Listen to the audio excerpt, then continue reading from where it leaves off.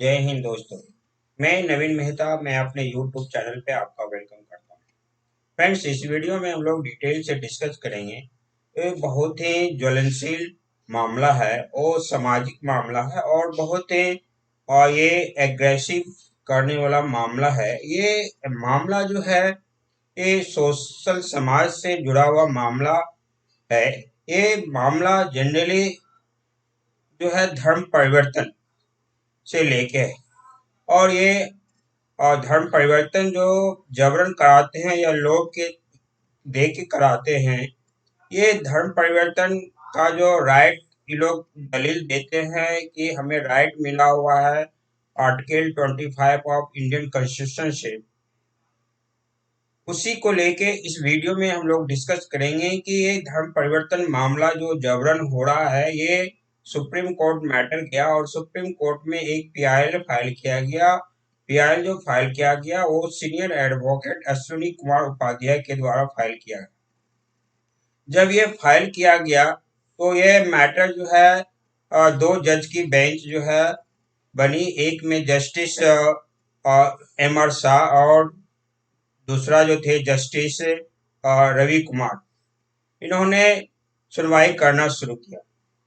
और सुनवाई करना जब शुरू किया तो बहुत से ऑब्जर्वेशन हुए और बहुत से उनके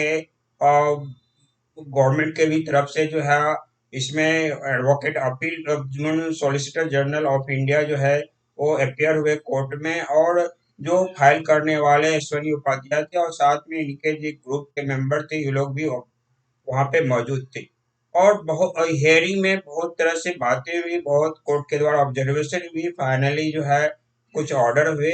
उसको हम लोग इस वीडियो में डिस्कस करेंगे डिटेल से, इसलिए वीडियो पूरा देखिए और देखिए कि आज के धर्मांतरण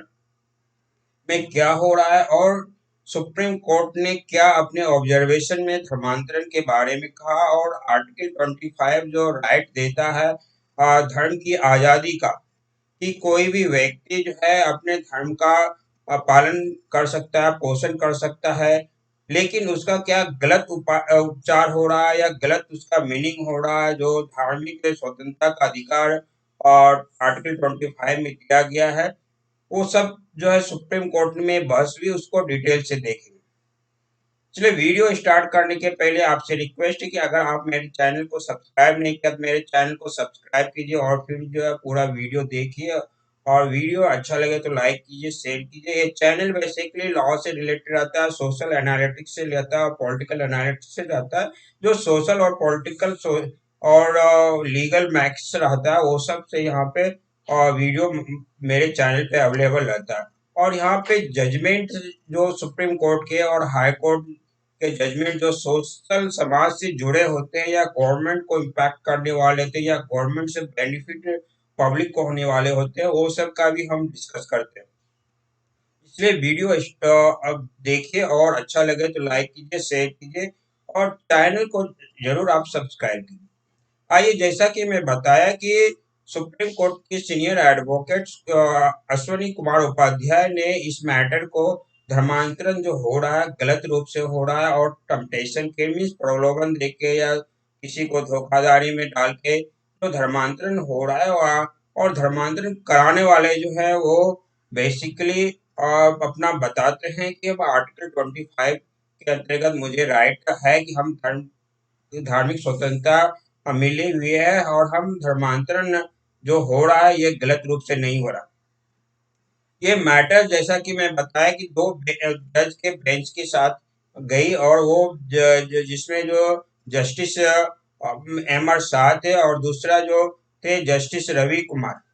उन्होंने जो है इस पे बहस करना शुरू किया। और सॉलिसिटर जनरल ऑफ इंडिया जो भारत सरकार की तरफ से हुआ था, तो जब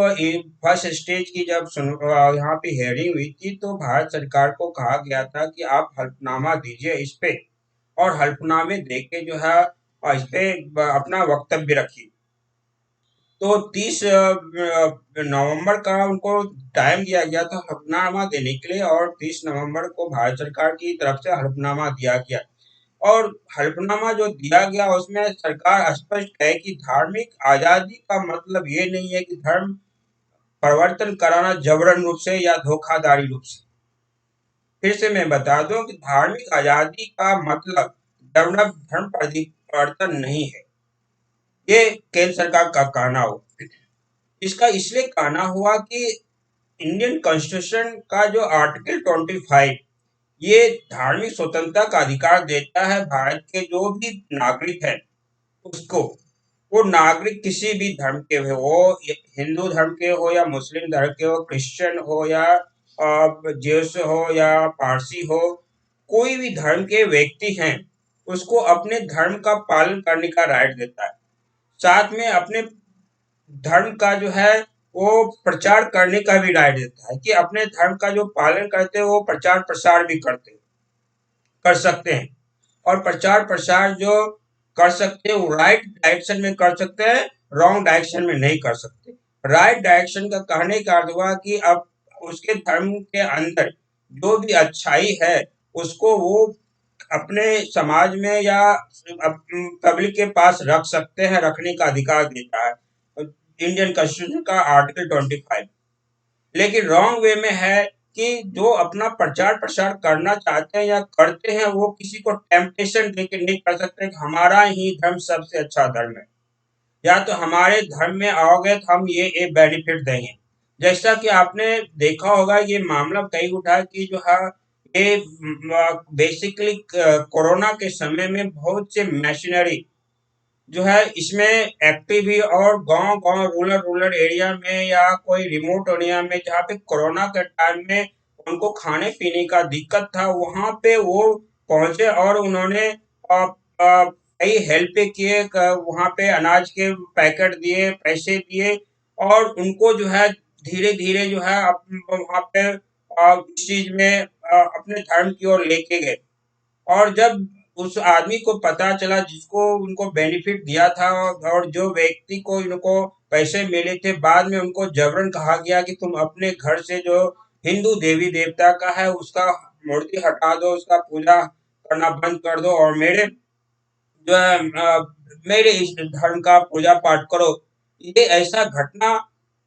कई जगह हुई थी और ये बहुत मास लेवल पे जो यूपी का मेरठ एरिया है उस जगह पे हुई थी कि 400 आदमी को कोरोना में क्रिश्चियन मिशनरी ने आके जो है वहां पे अनाजें बांटी थी, कई कई व्यवस्था दिए थे, खाने दिए थे। लेकिन साथ में धीरे धीरे उसी गांव में एक टेम्पररी था, उन्होंने चर्च बना दिया और डेली शाम को वो चर्च में बुला के उसको प्रार्थना करवाते थे। लेकिन ये आदमी को जो भी आदमी को इन्होंने हेल्प किया था इन्हें समझ नहीं आया। ये लोग जाते थे जो है वहां पे प्रार्थना होती थी, प्रार्थना को सुनते थे। लेकिन अभी कुछ एक जो है अक्टूबर महीने में एक ऐसा वो जगह पर आया कि वो 400 व्यक्ति को जो ऐसा किया गया था, जो जिसको हेल्प किया गया था उसका इंटेंशन जो हेल्प करने का रॉन्ग था, उनको अब कहा जाने लगा, कंपल्सन करने लगा कि तुम अपनी देवी देवता का घर से मीन्स घर में जो देवी देवता है उसकी मूर्ति हटा के अब जो है ईसाई का जो गॉड होता है उसकी तुम प्रार्थना करो, उसकी तुम पूजा करो। तो ये सारे व्यक्ति अडिग हो गए और ये अडिग होने के बाद जो है इसका विरोध करने लगे और ये मैटर कोर्ट में सॉरी ये पुलिस स्टेशन पहुंच गया। पुलिस स्टेशन में फिर कंप्लेन हुई ने के बाद जो मैटर जो है जो इसका कंपल्सन करा रहे थे या किए थे धार्मिक प्रवर्तन करने के लिए और या देव ईसाई के क्रिश्चियनिटी के जो इस गॉड कहे जाते हैं उनको जो है मानने के लिए उनको अरेस्ट भी किया गया। तो ये बड़ी मामला था। तो ये मामला जो है पब्लिक के में आ गई, ये मीडिया पे आ गई। लेकिन बहुत ऐसे जगह पे हैं जो मुस्लिम हो वो जबरदस्ती धर्म परिवर्तन कराते हैं, या फिर क्रिश्चियन है रिमोट एरिया में जाइए जो जंगली एरिया है या फिर वो मीन्स वन एरिया है वहां पे जो गरीब हैं, जैसे कि आप कह सकते हैं एसटी हैं, जो जनजाति हैं, उनको लोग देके उनको हर तरह से व्यवस्था देके अल्टीमेटली उनको धर्म परिवर्तन कराते हैं। जो कि आज आप शुरू से देखेंगे मदर टेरेसा से लेके अब तक जो है ऐसा हो रहा है। मदर टेरेसा को भी अपने डिबेट में उनका लाइफ भी बहुत ज्यादा डिबेट में भी रहा। जब उनको भारत रत्न इंडिया में दिया गया था, उस समय भी उनका नाम जो है, इवन ब्रिटिश के कई जो है लेखक इनका विरोध कर चुके थे कि मदर टेरेसा एक पंप की गई थी इंडिया में वो ईसाई धर्म के प्रचार प्रसार करने के लिए। तो इस तरह से कई तरह से जो है मैटर इन पे धार्मिक प्रवचन से आता है कि कई जगह पे आप देखेंगे कि जो जंगल एरिया है या जो शहर से रिमोट एरिया है जहाँ व्यवस्था नहीं है, वहां पे मशीनरी वर्क करती है, लोग देती है और धर्म परिवर्तन कराते हैं। साथ ही आप मुस्लिम समाज से भी देखेंगे कि ये लोग भी कंपल्सन करते हैं धर्म परिवर्तन करने के लिए। बेसिकली जब लव मैरिज में फंसाते हैं, और लव मैरिज में लव जिहाद के नाम से अब फेमस हो गया है ये टर्म जो है, लव जिहाद का मामला लेके लव जिहाद में लोग फंसाते हैं और फिर लड़की को लास्ट में जो है धर्म परिवर्तन की का जो वो कंपल्सन करते हैं। अगर लड़की धर्म परिवर्तन के लिए रेडी नहीं होता है तो कई ऐसे मैटर आए हैं जिनमें लड़कियां को मार दिया गया है। तो ये सब लेके मैटर वहां पे कोर्ट में उठा और कोर्ट गया गया तो कोर्ट में सब सरकार की तरफ से इस पे जो अपना जो हलफनामा दिया गया, कहा कि धार्मिक आजादी का मतलब ये नहीं कि जबरन किसी का धर्म परिवर्तन करना। और इस पे जो जज जो थी सुप्रीम कोर्ट का, जैसा कि मैं बताया, दो जज थे, एक बेंच बैठी थी, उसमें एम आर शाह जस्टिस थे और जस्टिस रवि कुमार थे। इन्होंने भी कहा कि धर्म परिवर्तन का विरोधी सरकार नहीं है, ना ही कोर्ट है, लेकिन जबरन धर्म परिवर्तन का विरोधी है। और भारत सरकार की तरफ से सॉलिसिटर जनरल ऑफ इंडिया ने कहा कि एक कड़े कानून बनाने की जरूरत है, क्योंकि कई स्टेट जो इस पे राजी हो चुके हैं और कई स्टेट इस पे धार्मिक परिवर्तन जो जबरन हो रहा है उसका कानून भी बना चुके हैं। लेकिन अब ये कानून नेशनल लेवल पे बनाने की जरूरत है, जिससे इसको रोका जा सके और इससे सोशल बेनिफिट जो आदमी को मिले कि धार्मिक परिवर्तन का जबरन उसके पास अप्रोच नहीं हो सके। ये सब को रोकने के लिए कड़े कानून की व्यवस्था है और करना होगा। इसमें जो है ये बातें सुप्रीम कोर्ट में solicitor general of India Bharat सरकार की तरफ से रखा। तो लास्टली जो है और सुप्रीम कोर्ट के जो बेंच थी, जो जज के, एक जज जैसा कि मैं बताया वो एम आर शाह थे, दूसरा जज तो रवि कुमार थे। इन्होंने सेंट्रल गवर्नमेंट को और स्टेट गवर्नमेंट को, जितने भी स्टेट गवर्नमेंट है और सेंट्रल गवर्नमेंट जो हैं, सेंट्रल गवर्नमेंट और जितने भी स्टेट गवर्नमेंट है, सबको नोटिस भेजा है और हलफनामा दायर करने के लिए बोला है। बेसिकली सेंट्रल गवर्नमेंट को कहा है कि जितने भी स्टेट पार्टी हैं उससे आप कंसल्ट कीजिए और एक जो डिटेल में हलफनामा दीजिए कोर्ट में कि इस कानून पे मीन्स इस ये जो हो रहा है, आदमी कोई भी व्यक्ति जो है या कोई भी ग्रुप जो है आर्टिकल 25 का यूज करके जबरन धर्म परिवर्तन में लगे हुए हैं, इसको कैसे रोका जाने का आपका व्यवस्था है या सेंट्रल गवर्नमेंट का व्यवस्था है या कोई स्टेट गवर्नमेंट क्या उस पर कर रही है, इसके लिए कोर्ट में हलफनामा दायर कीजिए। इवन अश्विनी कुमार जो एडवोकेट थे, उन्होंने जो है केंद्र की तरफ से जो सॉलिसिटर जनरल के उनको जो है कोर्ट के थ्रू उनसे उन्होंने मांग किया है कि भारत सरकार को जल्द से जल्द एक कड़ा से कड़ा कानून इस पे लाना चाहिए धर्म परिवर्तन को रोकने के लिए, जिससे कि धर्म परिवर्तन रुक सके। क्योंकि अभी जैसा कि मैं बताया, देखिए पहले आदमी व्यक्ति को कंसल्ट किया जाता है हेल्प करने की रूप में, लेकिन वही व्यक्ति जो कंसल्ट कर रहा है हेल्प करने के लिए, उसका इंटेंशन है कि लगातार इसको हेल्प करेंगे, जब ये मेरे तरफ अट्रैक्ट होगा तो फिर हम जो है इसको अपने धर्म की ओर खींच के ले जाएंगे और फिर हम लास्टली हम धर्म परिवर्तन कराएंगे। तो इस चीज को एक गलत पकड़ा माना जाना चाहिए कि कोई भी व्यक्ति का इंटेंशन अगर हेल्प करना है और उसका इंटेंशन हेल्प करने का लास्टली है धर्म परिवर्तन करने का, तो ऐसे व्यक्ति को कड़ी से कड़ी सजा मिलनी चाहिए। क्योंकि हमारा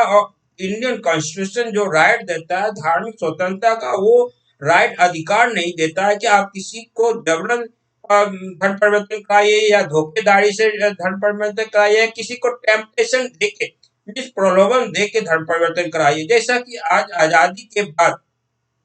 ऐसा देखा गया है कि टेम्पटेशन देके कई मिशनरी जो है यहाँ पे काम किए और कई मिशनरी काम करके धर्म परिवर्तन में लगे, और आज अभी देखे हुए हैं कि 2021 और 2022 में जो है, और फिर जो है ना 2022 और 23 में 2 साल के अंदर सेंट्रल गवर्नमेंट ने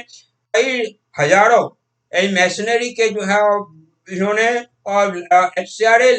लेने का अकाउंट जो होता है उसको उन्होंने क्लोज कर दिया। एफसीआरए अकाउंट का ये लोग गलत यूज करते थे, आउट ऑफ इंडिया से फंड लेते थे, और ये हेल्थ के नाम पे या मेडिसिन के नाम पे या किसी का ट्रीटमेंट के नाम पे या किसी ग्रुप को हेल्प करने के नाम पे लेते थे। लेकिन ये का मेन उद्देश्य जो जाता था, वो पैसा जो जाता था धार्मिक धर्मांतरण में जाता था, ये रिलीजियस कन्वर्जन में जाता था, जिसको